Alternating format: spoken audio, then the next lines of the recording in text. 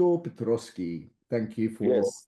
being here. You're in North Macedonia, right? Yes, North Macedonia. Actually, Macedonia is the real name, but politicians changed it a few years ago. Like it's a political games. Tell me, in Macedonia, is there many breath workers, professional breath workers there, trained breath workers? No, no. In Macedonia, we have some blending of mixed cultures. A lot of people coming from India, South America, Europe, developing some experience with various breathwork, semi-breathwork instructors, teachers, and developing their own way. Actually, we have very few people who are doing this, especially almost maybe no one doing from the original that has learned from the original school. So when we talk about schools, I guess there are a few different lines of schools like the Rebirthing Breathwork, and then there's conscious connected breathing techniques, and then of course there's the holotropic style of breathwork from Dr. Stanislav Grof. So tell me, how did you first discover breathwork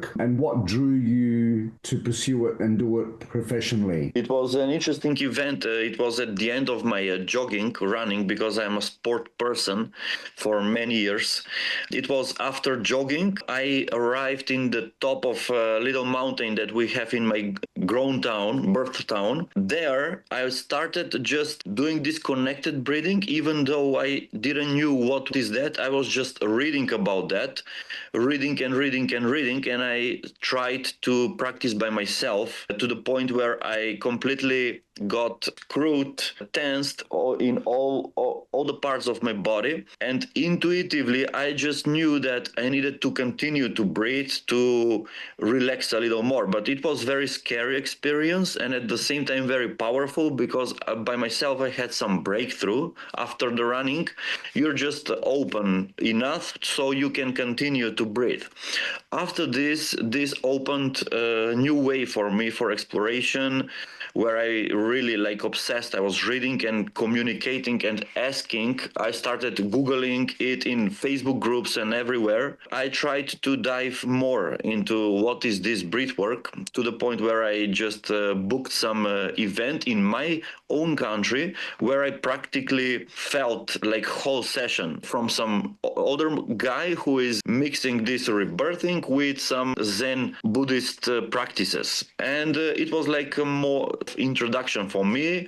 Then I started to connect even more with people like you, where I needed more in-depth questions to really configure out and explore this way of breathing life energy that is very enlightening to me, but I needed more of professional guidance. That was the start of this beautiful journey. That was the start of the journey, of this beautiful journey, where I experienced this all by myself on the mountain, at the same time being pressed from very strong fear, also by myself, going into practical events for having breathwork sessions whole and completely. As I remember, this was more than 15, maybe 16 years ago, where I have almost 3-hour long session that I needed to really understand, at least put my toes inside the water, just to feel what is this all about. Can you share maybe a defining moment when breathwork transformed your own life? Like, I remember the early days of doing breathwork. There was in my early sessions, I experienced massive transformation from releasing a lot of trauma and stuff like that. So can you recall anything like that? Yes, John, this is an interesting question, because it is opening my memory to quite a few moments like this. Actually, I don't know what to choose more, what's more primary, because in the first 5 years of breathing and little by little diving into this, I've had a lot of experiences that were opening to me, very psychedelic experience, very grounded and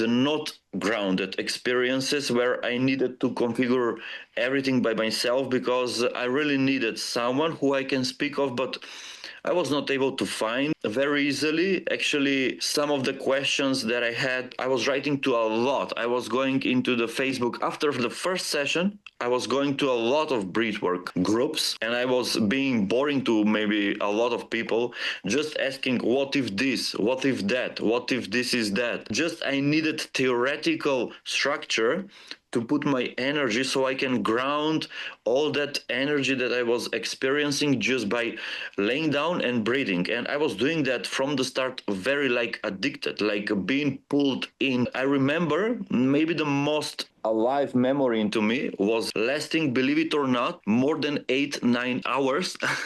Hours breathing and laying down. I was not able to Wow. stop. Yeah, I was not able to That's stop. intense. Yeah, that is very intense. And I remember I had going through a very strong vomiting feeling, releasement processes. At the end, I thrown off actually a piece from inside my body that was very, very, very sticky. And I had one of the biggest physically opening of my nose and ears. So this was the start. It was something like very strongly pulled in, and I was not able to stop near the end of the day. So it was very, let's say, dramatic with a lot of emotions that only my subconscious maybe remembers, maybe not. Just breathing by myself and firstly trying to be very gentle in the middle of these intensive strong energies. So, what does breathwork mean to you personally, right? Beyond its therapeutic effect, you've explored it for so long, you've trained in it now. What is it for you in a nutshell? In a nutshell, actually, breathing, John, for me, breathing is connection. First with yourself and using this reason to connect more with other people who maybe needs that, guide them, help them in breathing and share your own experience. Actually, it's about connection with yourself and with everything else. It's beautiful connection. I was quite amazed that it can happen. There is something like a profession called breathing. I was quite amazed. I was feeling more than enlightened when I found out about this truth. Awesome. I know that for myself, traveling to a lot of countries over the last 30 years, doing breath work cross-culturally, I know it's been challenging for myself. What's some of the biggest challenges in establishing breath work in Macedonia for you? What's the biggest challenge or challenges? Yeah, I have directly my practical answer of this question. Actually, it's building community, lasting and constant alive community, which I'm trying to put the structures and basics now on. It demands a lot of speaking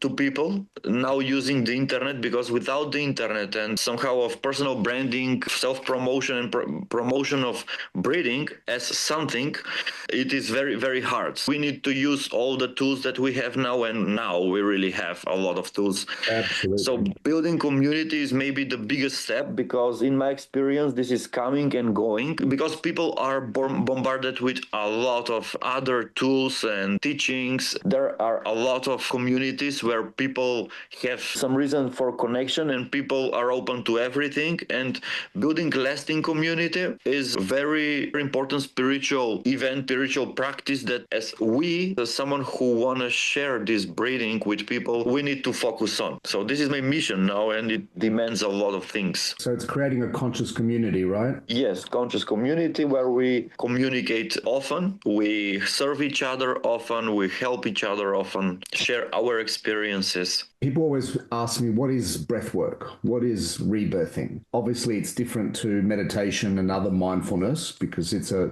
technique and process of its own. How do you share that with people? What is breathwork, right? Consciously using something that we are doing all the time is making completely different perception of this case breathing. It's like meditation, but with meditation on steroids, in my opinion, breathwork. And it is the field where we unite consciously being with the body, present with the body, and putting gently deeper and deeper breaths, but covered in a gentle energy, gentle structure. Only this, being present, consciously present, and putting conscious breath by breath on this layer is breathwork, in my opinion. That is actually activating the energy from inside and is giving recalibration in any direction after it. It's very simple, extremely simple, uniting of presence and breathing consciously into one intention. And so what are the benefits and the outcomes then? How do you explain that to people? It's multi-million benefits, more than multi-million benefits. It's mostly all of this because it's about absolutely many things like anxiety. It's like a organic pill for energy, for will, for more energy for sport. It's calming down. It's a tool for better sleep. From that, you have a lot of health benefits. It's helping many specific areas like the work of the heart, the work of the head and brain and glands, and the work of endocrine system. So it's a lot. It's better to say in one general sentence, improving health and connection and relation with yourself. Okay, so it's very personal. Yes, it's very personal, and in my opinion, we need to express it in all possible ways how we see it.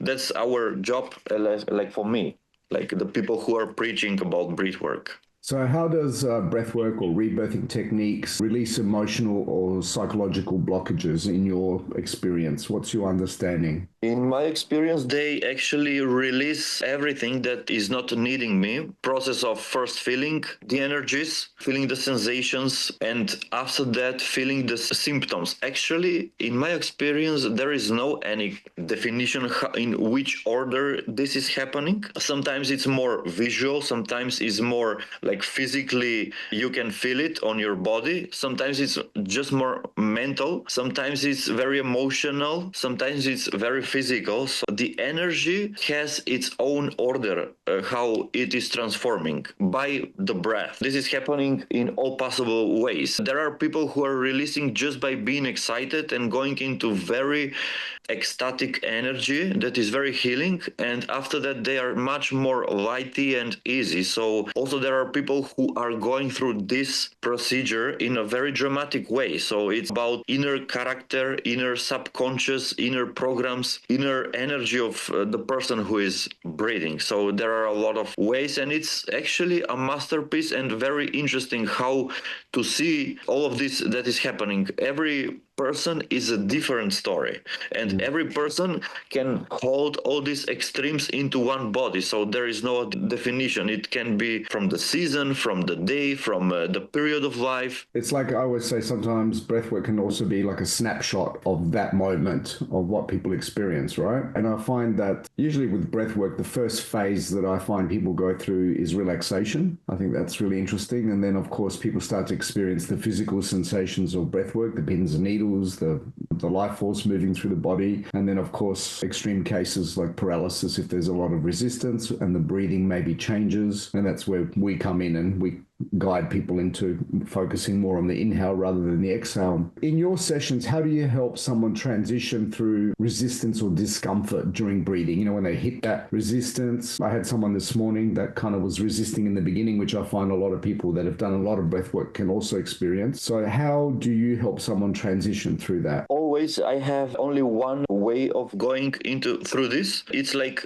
I speak to myself when I speak to this person, and I speak to as kindly as I can, like I speak to children, like a child who has not any protective mechanism, and I'm trying to be as natural as I can. This is very important because I go with my intuition, my body. There are no rules, but if we have rules, it's okay to be gentle, to be not pushy, but to be assertive. This is the real that I'm trying to blend in the most balanced way as I can, to be assertive, but not pushy, and gentle as much as I can. So I speak to the person like to a little children, someone who has not any protective mechanism, in a very innocent, natural way, like a friend. Sometimes people needs to be pushed a little more because they just stuck in this place and they're actually not breathing. This is my situation where I'm pushy to the point, like a good friend. Hey, this is for you. We are here for breathing,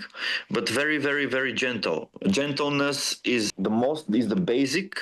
Being soft is very, very important, and I'm trying to blend the intention of going more, breathing through all of this, going a little more deeper, connect the message that the person who is breathing is safe, and going a little more ahead. This is somehow my way. Yeah, I will appreciate if you add on whatever I answer, as your much more bigger and professional and longer experience in the field.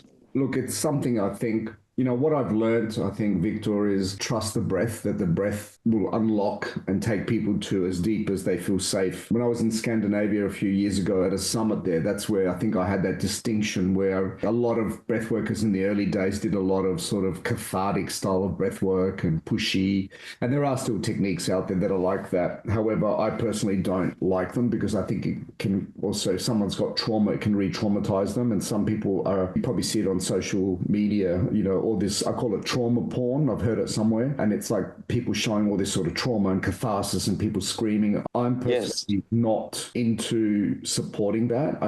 What I've learned is if people breathe correctly, they'll go as deep their subconscious or their, protective mechanism will allow them. That's the power of this technique. I think as long as we hold the space, support the client in doing the circular breathing, they're going to get an outcome. And even the most gentlest sessions, you'll probably see that people get amazing transformation. It doesn't always have to be super cathartic. And I agree. And if all of a sudden something really intense comes through, I might even shift their breathing into nose breathing. Like I still like doing a lot of mouth breathing, and for more advanced sort of techniques with my clients, I would do nose breathing as well. So yeah, beautiful addition. What changes do your clients experience after, say, their first session? What do they report back, or what do they share with you? I have two groups of people, maybe three. One of them is like they were waiting to breathe with me or with themselves for whole their life or for years, and at the very first session we had very powerful deep openings where they need few weeks to grasp all the change, and when they express this in a long way of speaking, whatever voice or a call, it's amazing to listen these changes that are happening to someone who was just breathing maybe first time in their life. And there are people who needs a little more to be really gently pushing into the breath. They are not having any this kind of transformations. They need to breathe more so they can really surrender to the energy, weeks or months or maybe even more, so they can have something. So I have these two groups of people. I have maybe one in between, like third group where they just need a little more push and they have something beautiful to see, like a good transformation. The next week they have physiological changes, physical experiences, and this is really a pleasure to listen somebody to have this. I'm mostly searching for this group of people who really need breathing now and here, after like they were really ready. I'm still to learn how to attract the right kind of people. They really need a little push and they just have some flourishing from inside. This is the most beautiful thing that actually will keep me stick into the breathwork field. Awesome. How can breathwork assist in managing stress, anxiety, and trauma? Like I'm seeing now, there's so much anxiety, like people experiencing a lot of anxiety, a lot of avoidant behaviors, overthinking. This is where the breathing comes in my, and we need to focus on even more on creating educational content about how to use the breath and breathwork in a daily life, in average ordinary day, where the emotion kicks in and how practically we can transform this. Because I don't know if there is a more direct, more natural and more organic way than breathwork for doing this.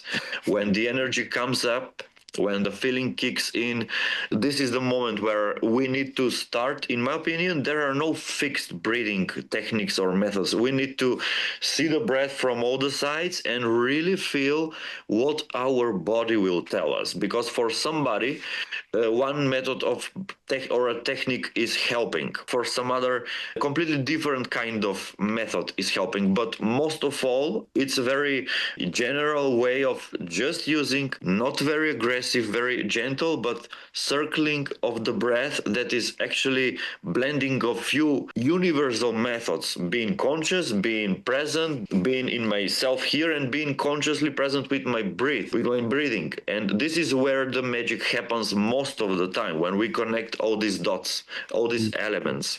So breathing into the momentary sensation maybe is the best way how we can detach from the sensation that is making us to lose our awareness, and breathing into the emotion or sensation or a memory or whatever is making space me to develop this neutral observation place where I can just choose what I will think, and from that comes anything else, what I will feel, how I will perceive this reality. Okay, cool. So how has the community in Macedonia responded to breathwork? They are very curious. Is there any misconceptions from the people there? The only misconception, in my opinion, is someone who has their first breathing session. They experienced this in a not very gentle way, and they connect all the breathing sessions, schools, whatever, with this that can be quite disturbing and discomfort. That is where I'm coming as much as I can to re-promote all of these breathing methods and ways to diving into yourself, like a safe thing to do. If somebody present this in a healthy way, healthy connection. They're very open. Macedonians are very open. They're very curious about this. They just want to try it. I see these events are happening in the future more and more. What are the age groups of people that you find are drawn to explore this? Mostly after 25, when somebody has some general perception, definition, and philosophy about himself and life, after 25, they're very curious about this. A little more, I see in this territory of Macedonia that women are more attracted to this, a little more. They need support group for a man to decide to go to breathing session, because they consider it is as a very, very gentle way, maybe even feminine way. There are people, some group that is where I again come in and represent it. This is not a feminine or a masculine thing. It's something very universal, and it makes you even more masculine, whatever you are, and even more feminine if you're a woman. I notice from country to country that I go to, if I'm in an Islamic country, being a male practitioner of breathwork, I might get more men, but depending on the context of how the seminars are set up, like I've had 700-800 say Muslim participants, and of course the room is split between men and women, and I have female assistants and male assistants. Some countries I go to, there seems to be more men that will come and explore this, which I find quite interesting. In Australia, we can get anything from equal sort of participants. So I guess culturally that could be a factor as well. However, I am noticing now more and more people are becoming more aware of it. Just like, I guess, people exploring yoga, like you get men and women that will go and do yoga classes. Depending on the needs in the moment, we have mixed groups. So tell me, what educational resources do you provide for people new to conscious breathing? Mostly it's my own written text that I really love to write. Very long, actually, little by little, every day I write, because many times I'm just inspired in the moment from the breathing, because I do it very often 24/7, or reading some literature on the topic from Jim Morningstar. It just re-inspires me. Vivation blog, Jim Leonard school. I'm opening very often something to read on, and I'm re-inspired in the moment, and I just want to write. I collect my writings on Macedonian mostly. I'm trying to organize all of them in this moment, some specific blog section, because I think this is needed. I send to my people, I send my own texts often. What's your vision of the future of breathwork in Macedonia and globally? Yeah, my vision is that this is starting to expanding even more now. I see in the future people wanting to dive in even more, because they want to find the cause of everything that is happening to them or disturbing them. Just find the real cause, the real reason, and really free up themselves from what is not needed. And breathing is a specific, fantastic way to make this, and to really have a mirror into yourself and find some truth from birth perspective, let's say. So I see this is expanding more and more. The interest will even more expand. It's just have very bright future. What advice would you give to someone who feels called to become a breath worker themselves? What would you tell them? Because you know how some people have a breath session and go, I want to do this. I want to become a breath worker. What advice would you give them? I will say to them to try something. First, to find some experienced breath worker. That is maybe the best way. And to try it with, if they can find, with different people. To find the most experienced breath worker as they can. But also, I will encourage them to explore more, to connect with more people and receive different sessions from different people. Maybe that is the best way to go into that ahead by themselves. Ask anything they can have, like for a question from someone experienced like you or me, just decide from themselves. And I guess leading on from the question that I asked you is, I think the most important thing is that if people want to choose to become a professional breath worker, is to choose a trainer or a school that is a certified and accredited school with global professional breath work. Original. For example, in Australia, I always say that people choose a school that is recognized by the Australian Breathwork Association, most important, because unfortunately there's a lot of training schools that use all these other accreditations, which I've never heard of before. You know, people just make up all these accreditations. So to the public, it becomes a problem. One of the things like this last week, because I am the president of the Australian Breathwork Association, and what we're facing as an association is people wanting to join us from schools that aren't accredited at all. They just have their certification, or there's a lot of these problems that are happening at the moment. And then people try and figure out, how can they become accredited? Do they have to pay money again to do it? So I think the most important thing is that people definitely explore and find out who is the best trainer for them. I agree completely. And this is where you come in. I don't know, someone more experienced in physical world in this moment personally than you. So if somebody is really